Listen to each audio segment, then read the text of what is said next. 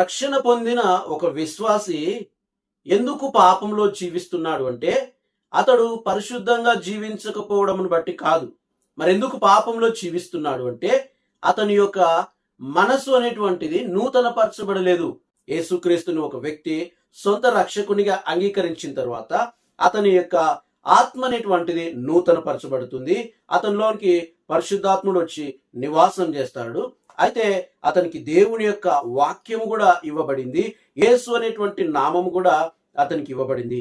అయితే మరి ఎందుకు అతడు పాపపు స్థితిలోనే జీవిస్తుంటున్నాడంటే దేవుని యొక్క వాక్యము అతనికి ఇవ్వబడినప్పటికీ తన యొక్క మనస్సును ఈ యొక్క దేవుని వాక్యము ద్వారా నూతన పరుచుకోవడం లేదు. దేవుని యొక్క వాక్యాన్ని తన హృదయంలో తన యొక్క మనస్సులో నింపుకోకపోవడం బట్టి అతడు పాపపు స్థితిలోనే ఉంటున్నాడు, పాపం చేయగలుగుతుంటున్నాడు. కాబట్టి ఆ స్థితిలో నుంచి బయటికి రాగలడా? పాపం చేయకుండా ఉండడం సాధ్యమంటే ఎస్, అవును, సాధ్యమే.